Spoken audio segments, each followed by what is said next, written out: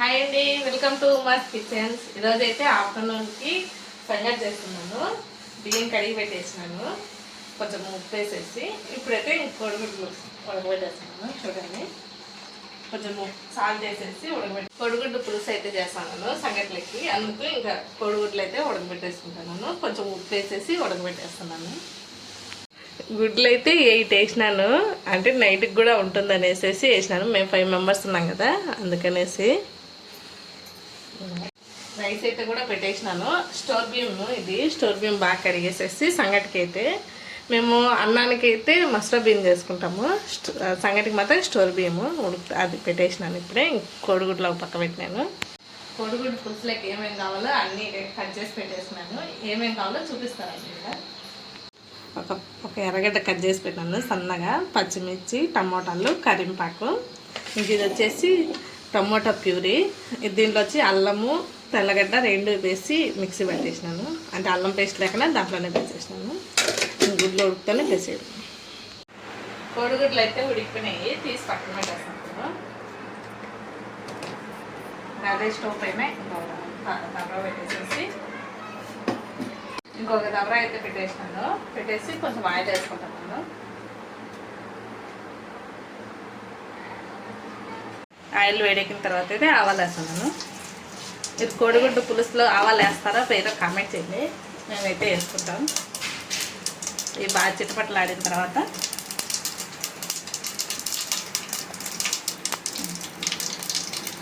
ఎర్రగడ్డ, పచ్చిమిరపకాయలు వేస్తున్నాను.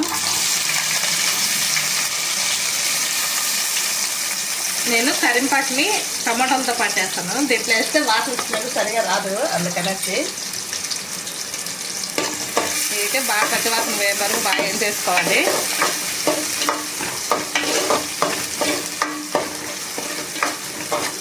బాగా వేగిన తర్వాత కొంచెం పసుపు వేస్తున్నాను.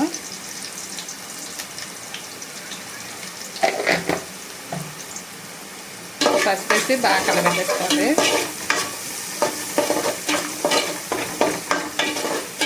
ఏ కూరలో అయినా పసుపు వేస్తే కొంచెం కలర్ఫుల్గా ఉంటుంది కదా. పసుపు కానీ మిస్ అయిందంటే కలరే పోతుంది కూరకి.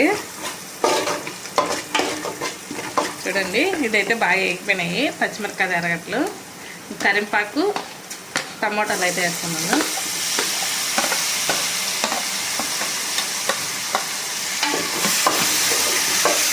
ఇవి కూడా బాగా టమాటాలు బాగా వేగేంత వరకు ఉడికించుకోవాలి.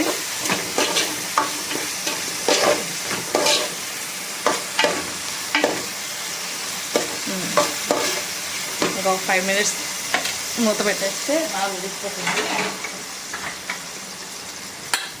ఒక 5 మినిట్స్ బాగా ఉడికిపోతుంది. టమాటాలు కూడా మగ్గిపోతాయి.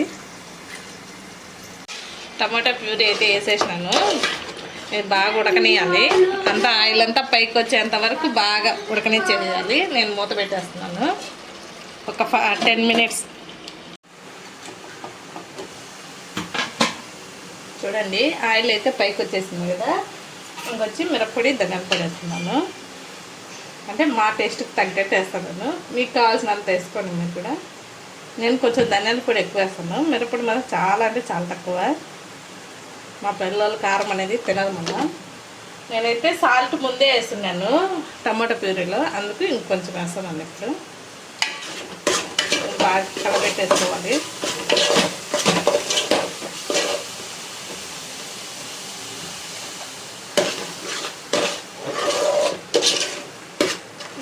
పెట్టేసుకుని కొంచెం వాటర్ వేసి ఒక 10 మినిట్స్ అట్లే ఉడకబెట్టేయాలి. 10 మినిట్స్ కాదు, 5 మినిట్స్ అట్లా. పొడి, ధనియాల పొడి అయితే కొంచెం బాగా వేగిన తర్వాత కొంచెం వాటర్ వేస్తున్నాను.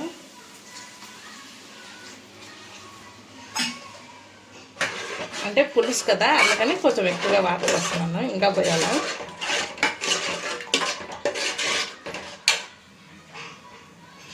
నేను 2 గ్లాసెస్ పోసినాను. సంగటి కదా, సంగటిలోకి కొంచెం పులుసు ఎక్కువ ఉంటేనే బాగుంటుంది. అందుకనేసి లాస్ట్లో అయితే టేస్ట్ కొంచెం సాల్ట్ సరిపోయినా లేదా.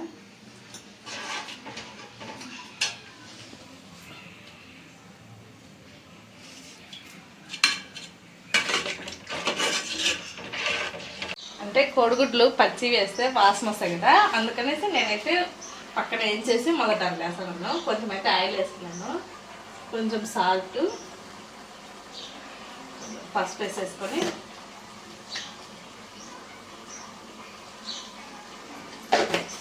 పసుపు కారం వేసేసి అంత లోపల ఈ గుడ్లకైతే చూడండి ఘాట్లు పెట్టేసుకుంటున్నాను. ఘాట్లు పెట్టేసుకుని కొంచెం ఆయిల్లో బాగా అట్లా వేసేసుకోండి.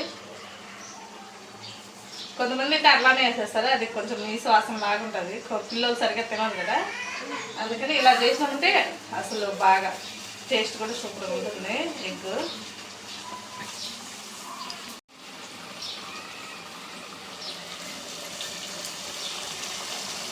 అలాగే పసుపులో కానీ బాగా వేగినాయంటే బాగుంటుంది, కలర్ఫుల్గా ఉంటుంది కదా వైట్ కలర్ కన్నా, అందుకని మా పిల్లలు ఇలా డైరెక్ట్గా ఇచ్చేసినా తినేస్తారు. ఎత్తి కూరలో వేసేయడమే. చూడండి మసాలా బాగా ఉడికిన తర్వాత, అంటే మనం వాటర్ వేసినాం కదా బాగా ఉడకనియాలి. ఇంకా అంత లోపల ఈ ఎగ్స్ అయితే మా వేయించుకునే ఎగ్స్ దాన్ని వేసేస్తున్నాను.